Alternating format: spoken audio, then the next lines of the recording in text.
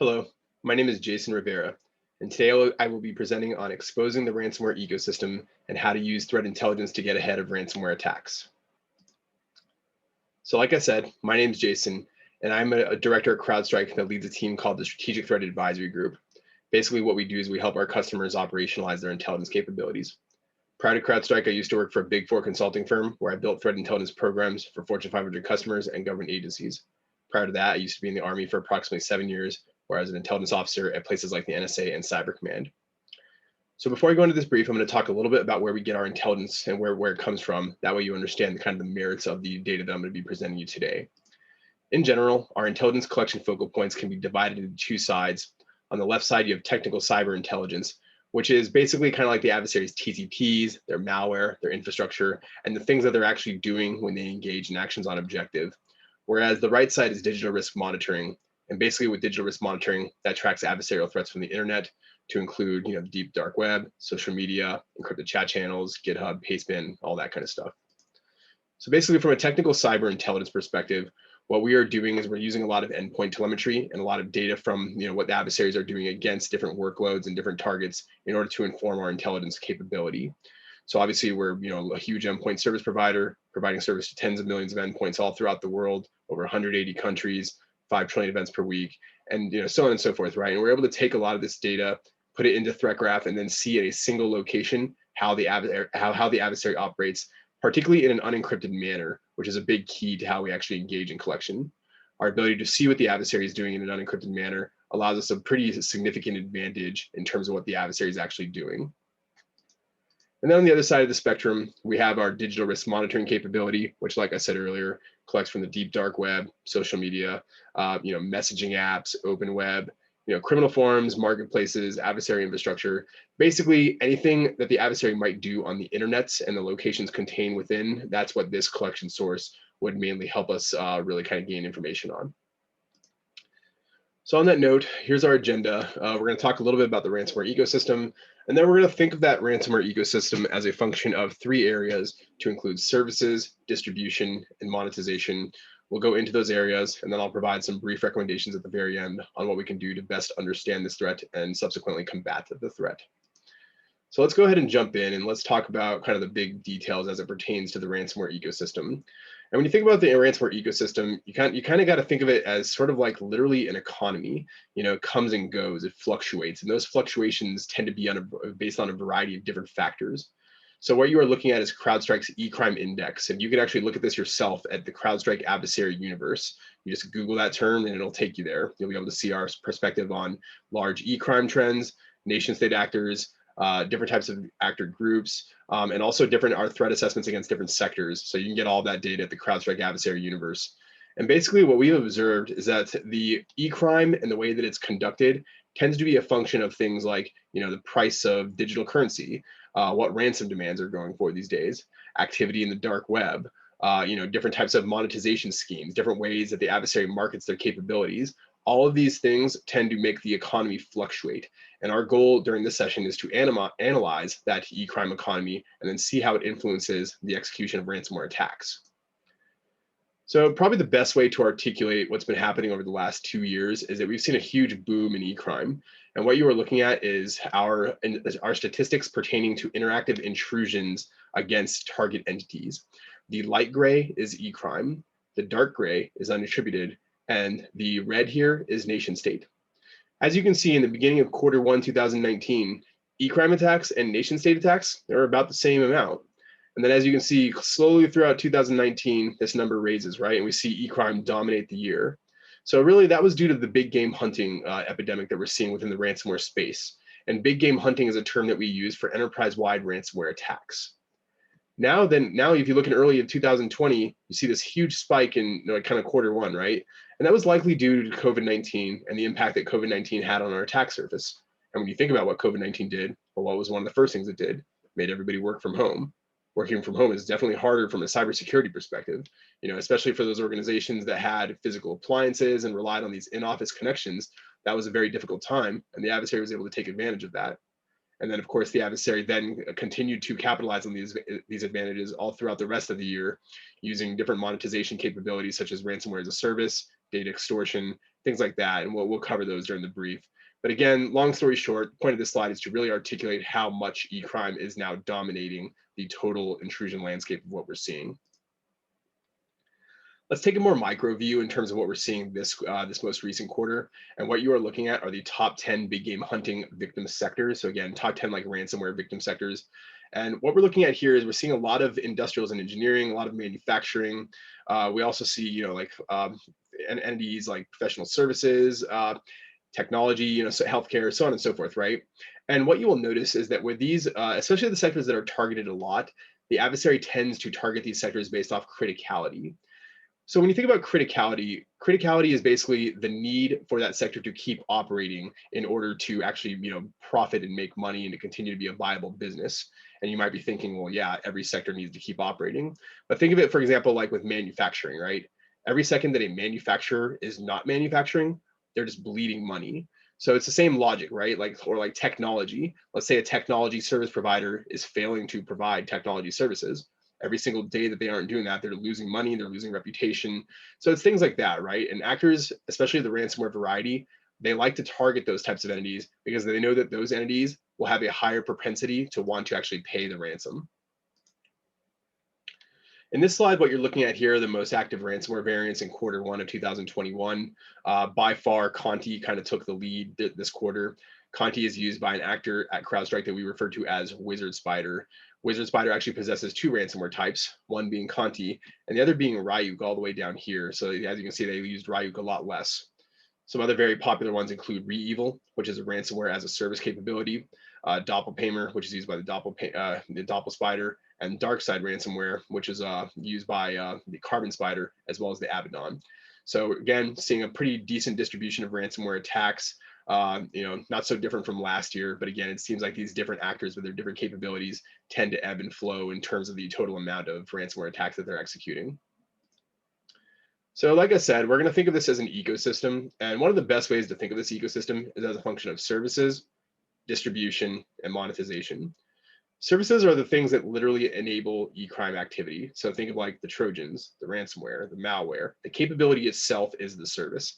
And then that service or capability needs to somehow be distributed to the victim. So it needs to get from point A to point B. And then lastly, the e-crime actor is going to want to monetize that attack. So they're going to want to collect the ransom sum. They're going to want to sell PII. They're going to want to do something that allows them to financially capitalize on the operation. So that was the simple view. And now here's kind of the more complex view that gives a little more insight into the various areas of the e-crimes ecosystem. So like I said, services consist of a lot of things. It could be like an access broker, it could be ransomware, it could be the loaders. Again, think of these as the capabilities that the adversary leverages. And those capabilities have to be distributed. It could be through social networking, spam emails, exploit kit developments. It could be, the traffic could be purchased. There's a lot of different options here. And then again, you want to monetize ultimately, right? Which requires, things like money laundering and, these dump shops, the ransom payout, ransom wallets, and, cryptocurrency services. Think of the things like that, right? And basically those are the things that we want to understand as it pertains to these threat actor groups. So let's start off with services. And, again, we're going to analyze this portion right here. We're really going to focus on the services aspect during this portion of the brief. And we're going to start off by talking about access brokers. Access brokers are one of the more prevalent threats that we are seeing these days. And basically, an access broker is exactly as it sounds. It is an entity that will intrude into a target environment, exfiltrate key information, and then monetize that key information on various underground forums. So let's think of the access broker process as also sort of a mini life cycle. And that is a trend that you're going to notice. There's lots of different cycles here and different cycles that are embedded in larger cycles. And our ability to understand that as intelligence professionals is what will allow us to get ahead of these attacks. So like I said, this is a common tactic that's used to commandeer accounts and perform fraudulent transactions. It will typically start with a bot herder that will distribute malware via botnet to infected victims. So you have the initial infection. And then upon the initial infection, the malware will attempt to credential harvest as well as collect device configuration. And these two areas are critical, right? Because if they collect the credentials, they can then sell that access to another entity who can then use those credentials to engage in a legitimate login into the target environment. Alternatively, if they collect good device configuration information, then they can use that information, determine what the vulnerabilities are, and then monetize that access in terms of the vulnerabilities that allow, again, another threat actor to get into that environment. So really, these are the two key areas that they're seeking to collect. Once they collect those areas, they then assemble that back into a bot herder, which is then subsequently sent through via a log to the underground marketplaces. And then in the marketplaces, they are sold to a secondary criminal or nation state actor who then engages in a secondary intrusion.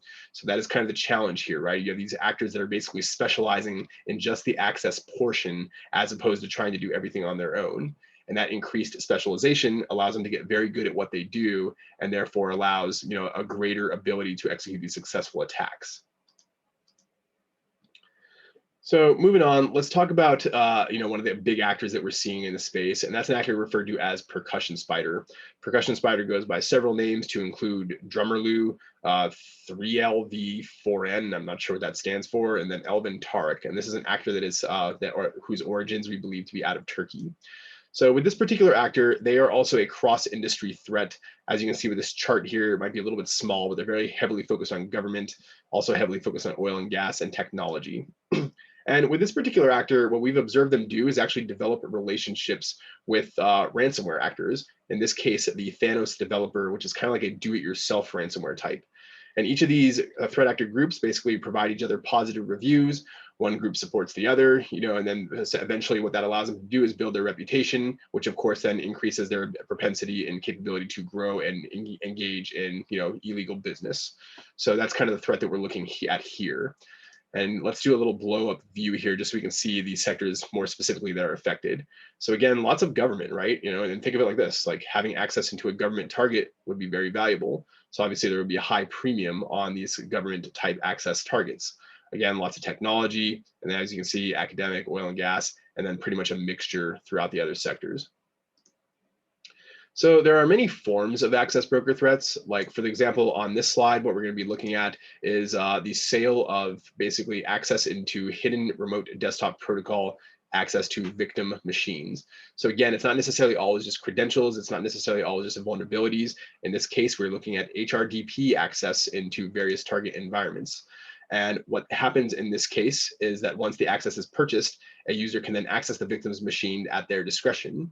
What is not known at the time of this briefing is whether the user can actually, or whether the seller can sell HRDP access to multiple buyers and thereby allow multiple criminal entities to access the same victims. So again, this is a very significant issue because it allows lots of different types of criminal entities or nation state entities to have a variety of different access points into the different target environments. And then again, once the actor gets in, they're able to access a variety of valuable data to include unique IP addresses, device fingerprints, saved cookies, and passwords on the victim machine, all of which can be used to facilitate further criminal operations. Here's another example of how an access broker used Manage Engine in order to engage in access broker activities. And what we observed them doing was selling access to remote monitoring and management software. This allowed the buyer to do a variety of things to include engaging in file transfer, engaging command line commands on the systems, deploying files, running files, on installing antivirus, and of course, accessing the domain controller, which is then, of course, a key aspect of executing an enterprise-wide ransomware attack. So as you can see, these access broker capabilities basically serve to enable other types of malicious malware and malicious TTP services. So we saw a variety of different entities being targeted by this, to include health and services entities, food and beverage companies, manufacturing, oil and gas, agricultural, financial. And what you're beginning to see, I hope by this point, is that this is really a cross-industry threat. Access brokers are going after a wide variety of entities. That's because they have a wide variety of customers. So this particular threat is certainly not limited to one sector or the other.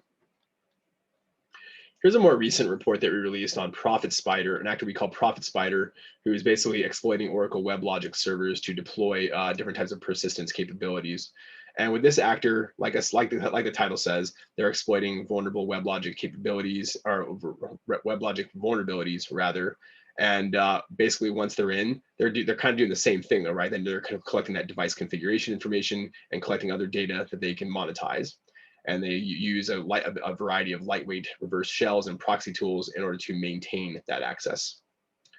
So again, once the adversary is in, they're basically trying to obtain things that they can sell, to include credentials from domain controllers, Active Directory databases, and other types of credential stores. We do have information that suggests that this particular actor, one of their breaches was followed by a Twisted Spider breach who used the egregor ransomware. So it is possible that this access broker, Profit Spider, has a relationship with Twisted Spider. So moving on from access brokers, we're now going to talk about ransomware, right? So when you think about kind of like how these things work in terms of an ecosystem, again, one thing leads to the other. It might start with the access broker, and then it gets sold to a ransomware actor who then subsequently uses that access. So on the last slide, we suggested that Profit Spider might be working with Twisted Spider. And on this slide, we're going to talk a little bit about Twisted Spider. They're the user of the Maze and the egregor ransomware. And this particular actor in many ways pioneered the data extortion technique. And with data extortion, what you're basically looking at is kind of like, it starts like a normal ransomware attack where, they'll do reconnaissance, find the domain controller, and then execute an enterprise-wide ransomware attack. But then what they're doing on the back end is they're taking data that they stole during the reconnaissance process, and then they're basically extorting the victim with that. And they're saying to the victim, hey, by the way, I locked up all your environment. And unfortunately, I also took your data and I'm going to sell that too, unless you pay me. So now it's a situation where it's not only just you're losing the data from an encryption standpoint, but now that data is held at risk of being monetized in the criminal underground if you don't pay, the ransomware actor. So for that reason, this actor was very successful last year and was one of the more prevalent ransomware operators. But beyond data extortion, this actor actually pioneered a variety of ransomware evolutions to include complex anti-analysis techniques such as obfuscation within the ransomware. The ransomware was also designed to be paired with a variety of different banking Trojans, which allowed it to have a very wide targeting apparatus. And then this actor was also observed hosting data leaks from other ransomware operations. So in addition to the technical aspect, they are also very intelligent from the business point of view as well. I would certainly advise following the developments of Twisted Spider if you're interested in kind of seeing how ransomware evolves. Especially last year, we saw that a lot of what Twisted Spider did, a lot of other actors would follow. So that might be a best practice in this case. Moving on, we're going to talk a little bit more about this possible relationship between Profit Spider and Twisted Spider. And like I said, Profit Spider is that access broker that targets Oracle WebLogic servers. And then you have Twisted Spider, which is the user of the Maze and the egregor ransomware. And so some key notes on this, we definitely saw Profit Spider engage in opportunistic targeting of web server components, and that subsequently led to compromises. We saw them leverage a variety of different tools, most of which were designed to maintain access and then exfiltrate important data. We saw them attempt to compromise domain controllers. So again, this is what allows them to obtain critical data to then sell to a ransomware actor who can easily use their ransomware on that domain controller. And then basically we observed Profit Spider and Twisted Spider, engaging in a joint operation. So that's why we do think there is a linkage. And so here's some hypotheses around the potential relationship between these two entities. The first is that maybe they're the same group, right? Especially within the realm of cyber threats, we can't actually see our adversary. We can only kind of see the observables of the adversary. So it is very possible that these are in fact the same group and or entity. It could be that one or more individuals belong to both groups. There's no rules, right? Maybe if you're in the land of criminals, yeah, sure, you can belong to multiple teams, and that would be perhaps an efficient way to operate. It could be that Twisted Spider granted Profit Spider access to the egregor ransomware. And then it could also be that Profit Spider is functioning as an access broker, which we do believe to be kind of like the most likely assessment here. But again, lots of different possibilities on how these actors are related. But what this slide really serves to illustrate is that the notion of that ecosystem and how these actors and operations are subsequently connected. So this slide, we're going to talk about an actor called Carbon Spider. Carbon Spider is the user of the DarkSide ransomware. And in addition to the DarkSide ransomware, they have a variety of capabilities at their disposal to include stagers, downloaders, backdoors, remote access tools, and of course, the DarkSide ransomware itself. And having all these tools at their disposal allows them to operate in a very efficient manner. When you have all of these tools at your fingertips, what it allows you to do is operate with speed and efficiency. Once you are on a target, instead of having to wait and pause and go to another guy or find another tool, you kind of have everything at your disposal. So especially, in this day and age, the ability to operate quickly matters, both from an offensive standpoint and as well as for us as defenders. So that is something that we want to keep in mind. This particular ransomware variant is also compatible as a ransomware as a service business model. And basically what that means is that in addition to the core actor group, they then allow affiliates to also leverage the ransomware. Typically, there will be some type of payment splitting model that is associated with that, such that like maybe the affiliate keeps 70% of the proceeds, and then the other 30% goes back to the core Carbon Spider group. But like I said earlier, we saw ransomware as a service be highly prevalent last year, and it was one of the key themes that we saw in terms of kind of just the evolution of how these ransomware actors were able to increase the volume of their attacks. So as kind of the slide title suggests, we're now looking at version 2.0 of DarkSide, which has a variety of different improvements. The first of which includes an automated calling system, which is basically designed to harass the victims in the event of a successful ransomware attack and to coerce the victims into having a higher probability of paying the ransom. There's also the planned development of a PowerShell version of DarkSide 2.0. Anytime you see adversaries leverage PowerShell or command line type capabilities, what that does, especially from a detection standpoint, is it makes it harder to detect that capability. PowerShell, command line, both are hands-on keyboard techniques, which obviously from a legacy AV provider standpoint creates quite a few challenges. So we are seeing adversaries in general kind of migrate towards the use of more hands-on keyboard techniques as opposed to the use of executables, which are much easier to detect from a defensive standpoint.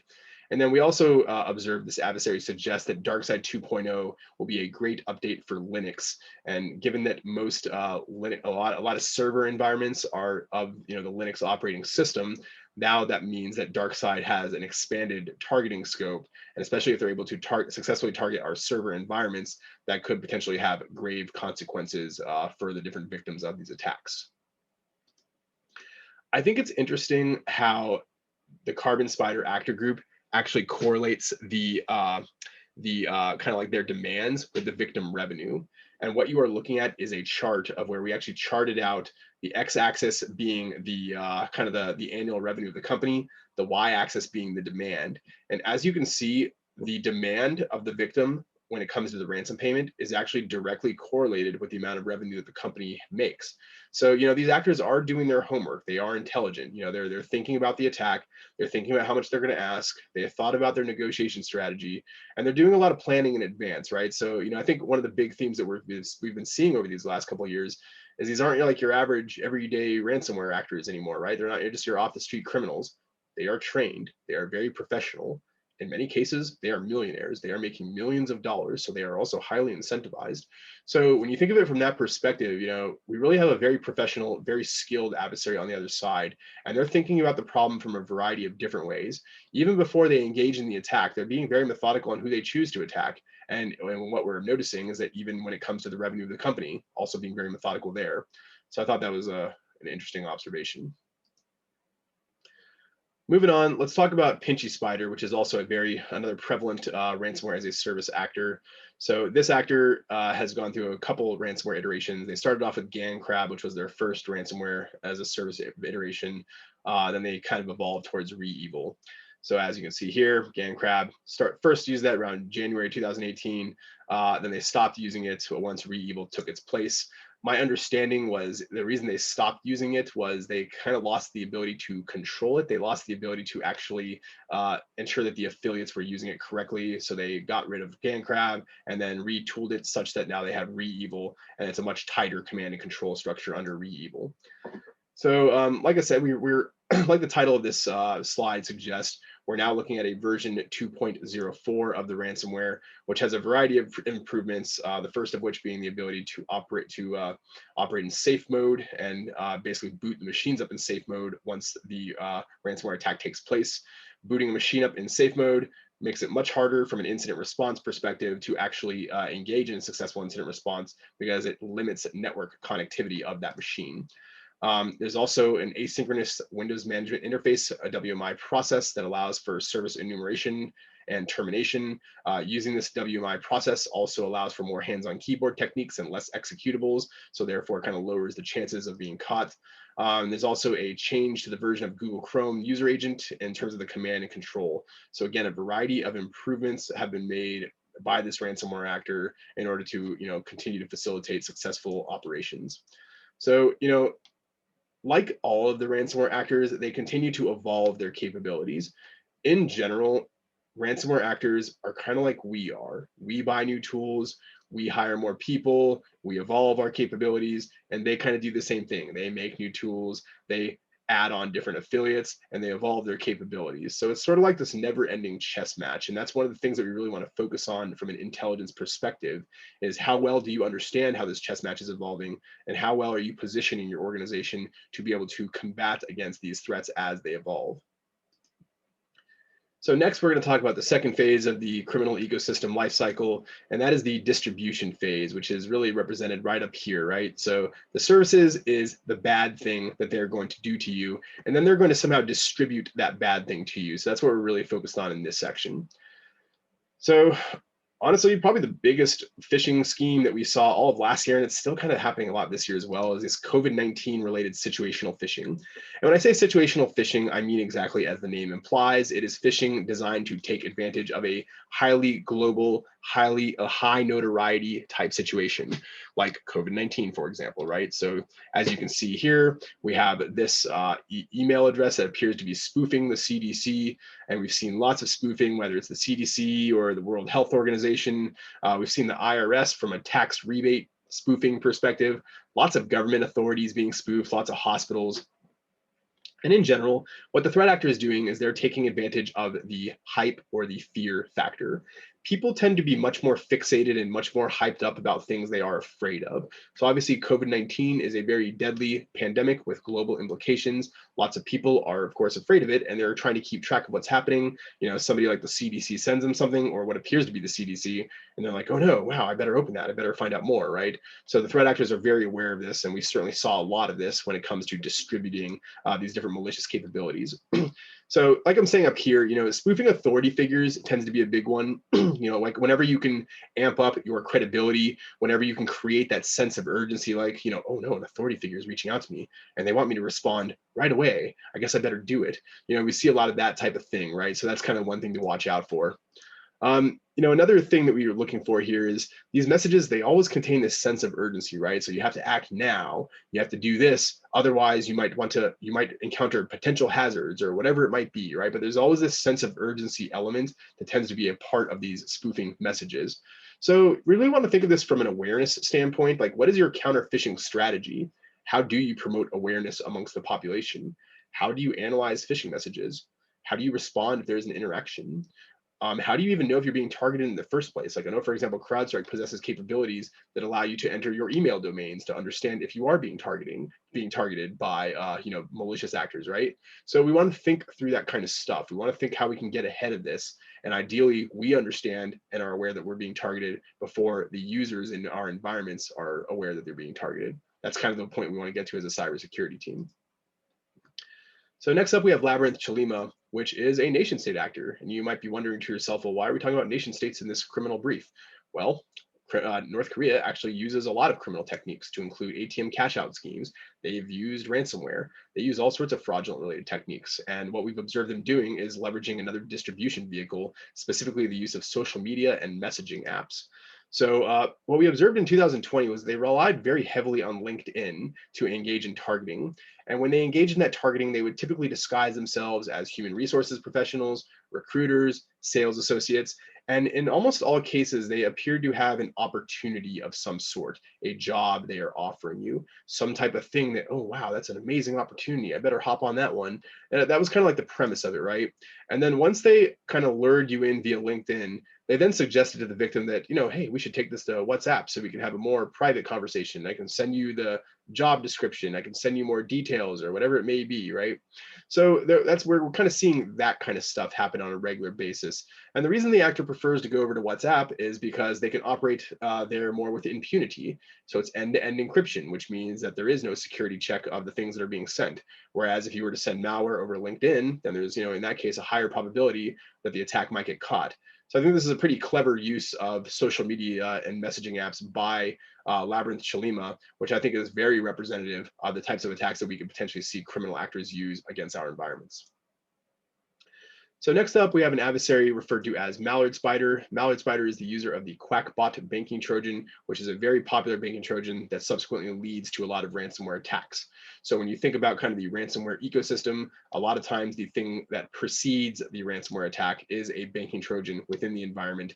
That banking Trojan is used to gain access to the domain controller. And then once they gain access to the domain controller, the banking Trojan then downloads the ransomware, which that allows for the facilitation of an enterprise-wide ransomware attack. So again, like I said, sophisticated banking Trojan. This is one of the longer running active criminal operations. Literally, we first saw this thing in mid 2009, so they've definitely had a long time to get very good at this. And here are some of the default form grabber capture filter examples. So basically, it is capturing a lot of forms on your web browsers and your URLs, capturing data that allows them to get credentials and understand kind of like how you operate, right? And the more data they can capture, the better their ability to set up and facilitate a ransomware attack. So when you think about kind of like this actor, we've observed them being able to successfully steal emails, user credentials, deploy additional malware. Quackbot, we've observed to have a very modular design, which basically means that they can alter the functionality to kind of fit into the place of where it needs to be. And that is very characteristic of a lot of your more advanced banking Trojans. A lot of your advanced banking Trojans are sort of like Swiss Army knives. They have a lot of different capabilities, whether it's lateral movement or credential collection or reconnaissance, a lot of different things that they can do in order to best facilitate the attack. So again, kind of like the ransomware, we also see actors continue to update their versions of banking Trojans in order to make them harder to detect, easier to distribute, and more compatible with other ransomware types. So for the last portion of the brief, we're going to talk a little bit about monetization. So again, thinking about how we got here, first you have the services. The services is the bad thing that they're going to do against us. They're going to distribute that bad thing to us via spam or phishing or social networking or whatever it may be, right? And then once that bad thing happens to us and once they execute the attack, now they have to monetize it. So now we're going to kind of talk about this piece here and really think about how we can better understand this from an Intel perspective. So the first area we're going to go over is dump shops and sale of payment card information. So one thing to kind of keep in mind is that all of this stuff is related, right? Like for example, what you're looking at here is a report around form jacking linked to an actor that has identified themselves as Fool's House. And basically what this individual is doing is obviously selling fools, and they're using form jacking to leverage a malicious JavaScript inject and harvest payment or personal information from a web page. They then take that information and subsequently sell it. So, a lot of these things are connected, right? Like in the same way that this actor is selling this data using that kind of JavaScript inject capability, we also see a lot of actors selling data from things that they stole during a ransomware operation. Like, let's take this one, for example. This is Wizard Spider. Wizard Spider is best known for engaging in ransomware attacks. On the side, however, Wizard Spider also engages in form jacking techniques as well, and they use that to harvest payment card information. So it's a relatively new tactic for Wizard Spider. And this is likely part of the reason they probably did this is because of COVID-19. So when you think about the decline of in-person retail, obviously that would imply less of a focus on point of sale devices and much more focus on these form jacking type techniques.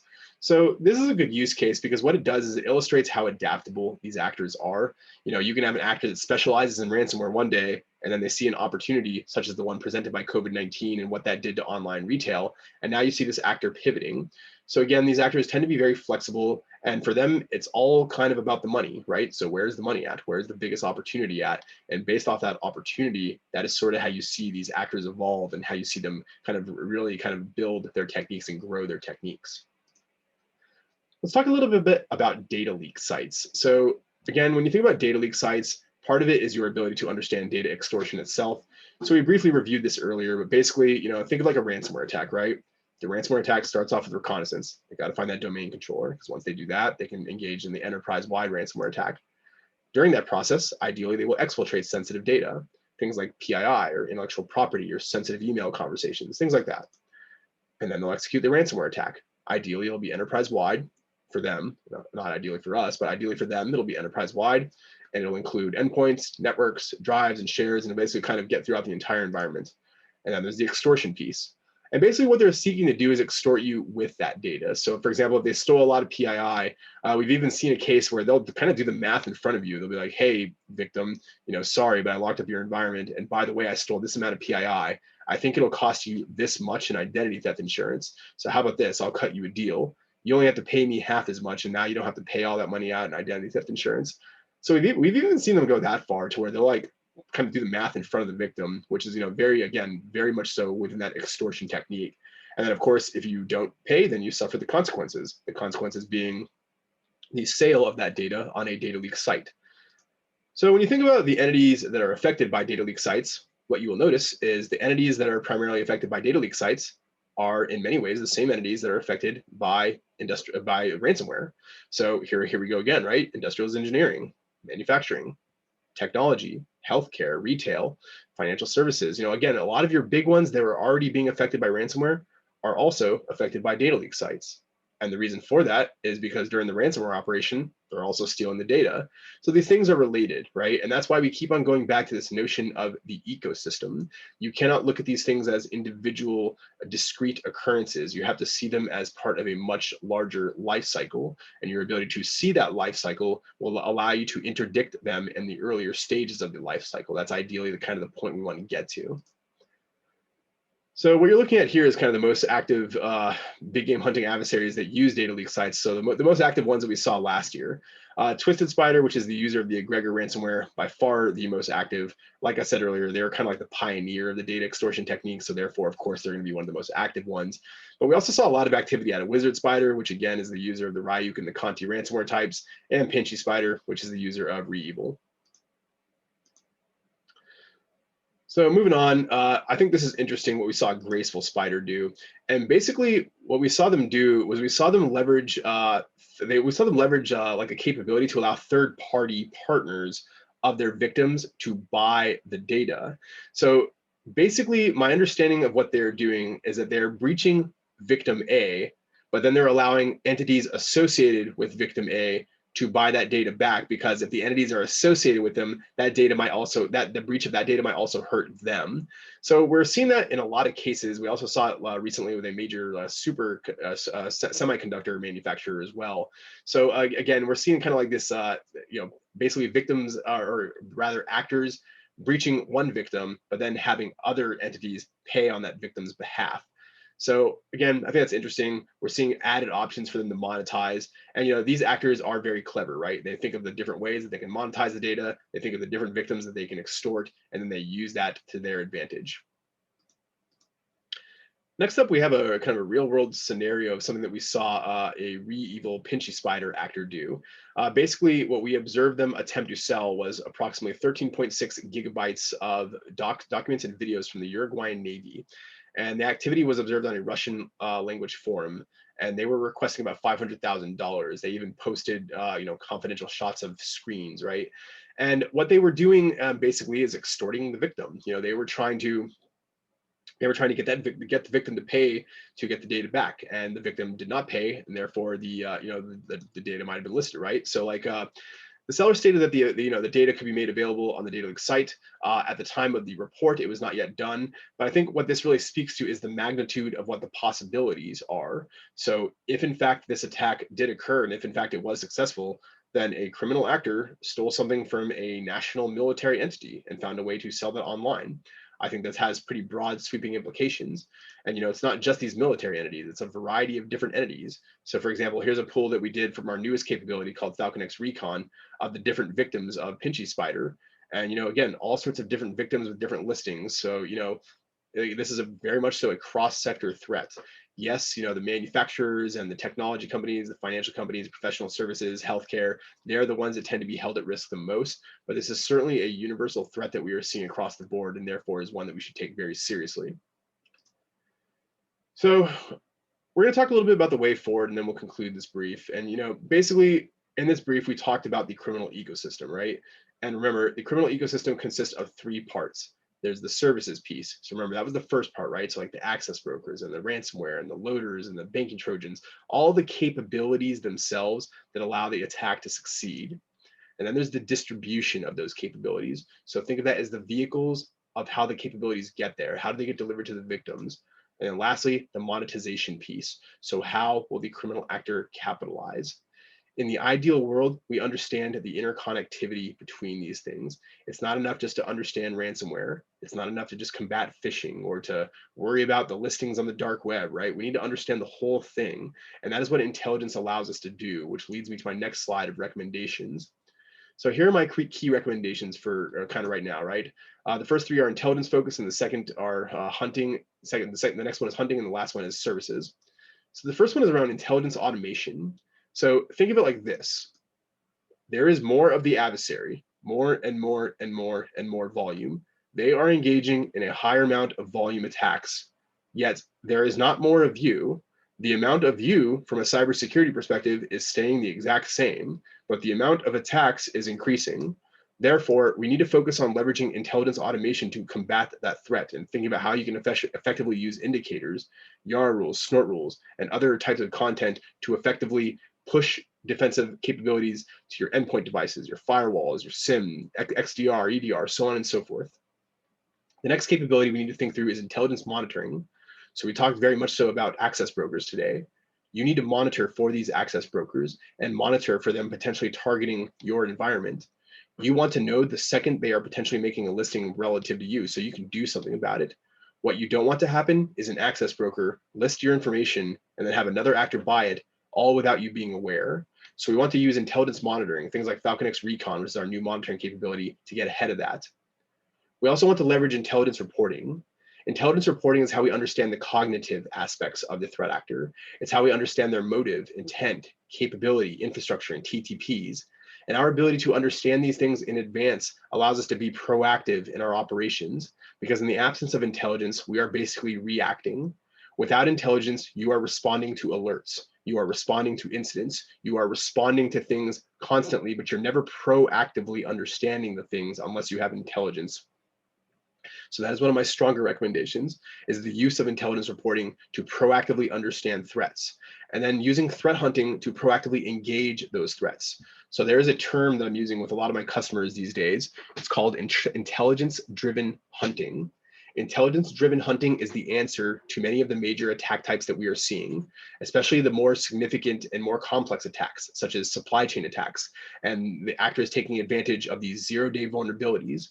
The problem with supply chain attacks and zero-day vulnerabilities is they are the perfect storm. They are actors that are getting in, using capabilities that are in many cases not going to be detected by your security software. Therefore, the use of human-based threat hunting is really the only answer. Anybody that says they're going to automate threat hunting, it's just not true. It's not possible. If threat hunting could be automated, then it would be built into security software. So that's the thing, right? We need to really focus on this. How do we use intelligence to engage in this threat hunting so we can proactively look for this malicious behavior that's being missed by the security software? And then lastly, in the event of emergencies, you want to have a service partner who's there for you, whether it's having a retainer or having a maturity assessment to understand and kind of proactively gauge out your capabilities. These are things you want to be prepared for. You don't want to have to figure this out when something bad happens. You want to figure this kind of stuff out before it happens. So again, these are my 5 recommendations. And then lastly, I will close with this. Here's the question that I close a lot with lately. And ultimately, if you can answer this question, then you will win. It is a very simple question, yet it is nearly impossible to answer. And the truth is you never quite get there, but the goal is that we want to get closer and closer. And that question is, how exactly is the adversary going to attack you? And how exactly are you going to stop them? What I would propose today during this brief is that you use threat intelligence to understand how the adversary is going to attack you. And I would propose that you use the information that you gain during threat intelligence to determine how you're going to stop them, to tell the threat hunters what to hunt for, to tell the vulnerability management team how to prioritize, to help the SOC build better use cases, to help put better indicators into the SIM and your AV and EDR solutions, so on and so forth, right? We need to stop waiting. We need to stop waiting for bad things to happen to us, and we need to start being more proactive in how we engage these threats. And ultimately what it comes down to is this: your ability to defeat advanced cyber threats rests almost entirely on your understanding of the problem. The better you understand the problem, the better the decisions you will make. The less you understand the problem, the more you will be surprised by the consequences of your decisions. So I would urge you today to really think about this. How are you going to enhance and maximize your understanding of the problems that your organization is facing? All righty. Thank you everyone for your time, and I hope you enjoy the rest of OptiveCon. Thanks.